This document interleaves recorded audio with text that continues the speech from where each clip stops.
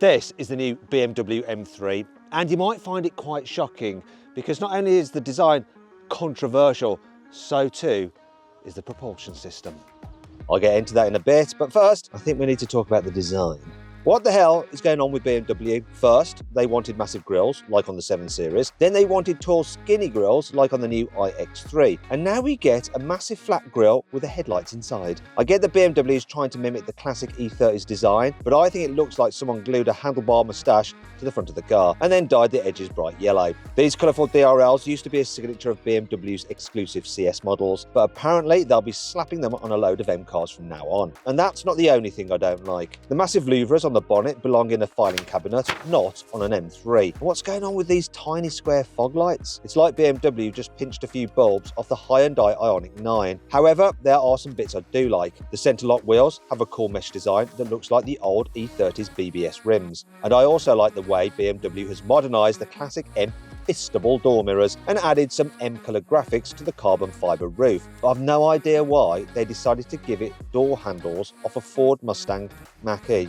Look, they're the same, aren't they? Now, technically, the car you see here is just a concept. It's called the M Concept Neue Klasse. The finished car is expected to be revealed later this year. However, BMW has a habit of revealing concept cars of its future M cars, which are so close to what the final car actually turns out to be, but they may as well not bother calling it a concept. Also, when you look at this car next to the all-new i3, the BMW revealed back in March, it's obvious that they share the same basic underpinnings. And that tells me that the new M version isn't going to look radically different from what you see here. So, as well as the disappointing front bumper, you also get a rear end that looks like it's had a monumental butt lift. Forget normal spoilers, BMW has given this car 2 giant ducktails, and the rear diffuser is the widest, lowest and most aggressive I've ever seen on a BMW M car. If you drive this thing in reverse, people might think it's a combine harvester. Overall though, I do quite like it. But once again, BMW has ruined the image by slapping some silly square lights on the bumper. And because these are red, they look exactly like the ones on a Land Rover Defender. There's no excuse for that on a BMW M3. However, new BMWs have always looked controversial. Remember when the previous M3 and M4 came out? Everyone hated the design. But, as with me, I bet it's grown on you. And it certainly didn't stop thousands of people from buying one of those cars. However, there's something about this car that might be an absolute deal breaker, and it's under the bonnet, because this new M3 is actually electric. What?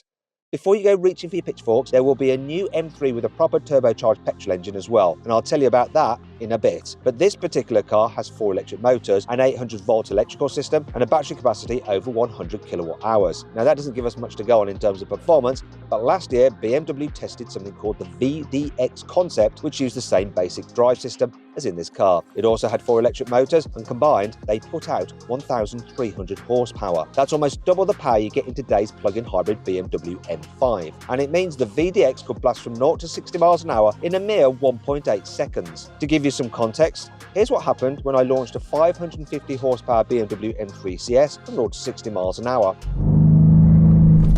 Oh my god, this just shot off like crazy. 3.13!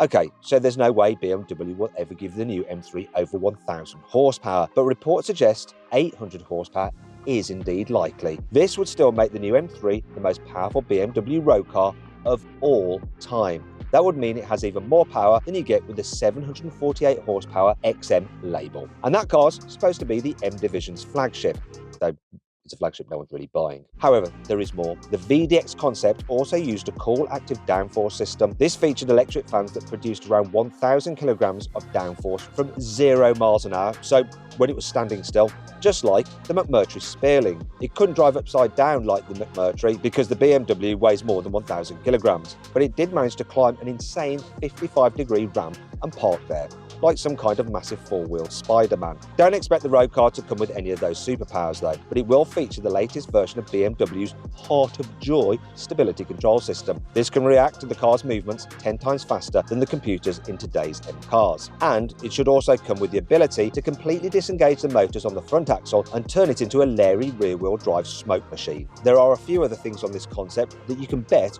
will appear in the future M3 as well, most of which are inside the cabin. Spoiler alert, it's not the racing harnesses, the brace bar or the twin bucket seats in the back, although these could appear in a future special edition car like in the M5 CS. But the rest of the concept's interior looks suspiciously similar to the new i3. albeit with plenty of juicy M-specific upgrades. I'm talking about the new steering wheel, which gets 2 lower spokes angled at 45 degrees instead of the i3's weird vertical arrangement. And there's also a new red dead ahead marker, M-coloured stitching, and the all-important M-mode buttons. There are extra M logos on the raised information screen, the central touchscreen, and the new drive selector. And the centre console has been stripped of any cup holders, wireless chargers, and storage cubbies, although these will probably get added back in by the time the car goes on sale. However, let's move on to something far more exciting, because there's something else that's due to reappear in the M3 range after this car's launch.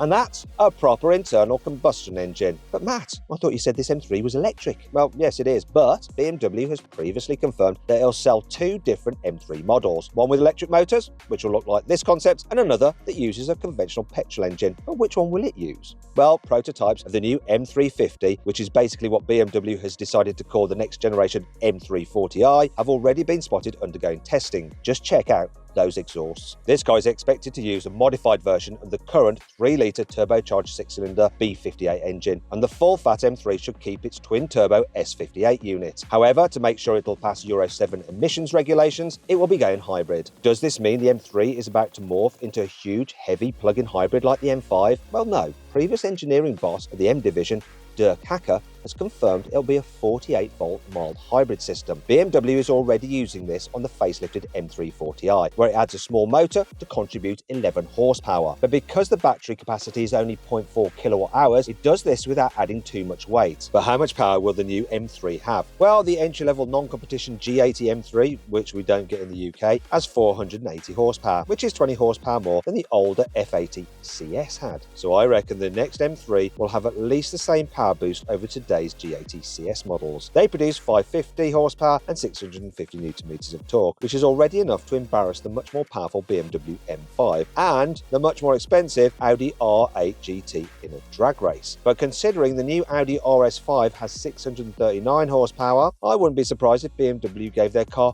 640 horsepower just to prove a point. After all, these engines are so incredibly tunable, and they can easily produce over 1000 horsepower with the right modifications, as I found out when I was totally humiliated in a drag race between this McLaren 750S and a bunch of tuned BMWs.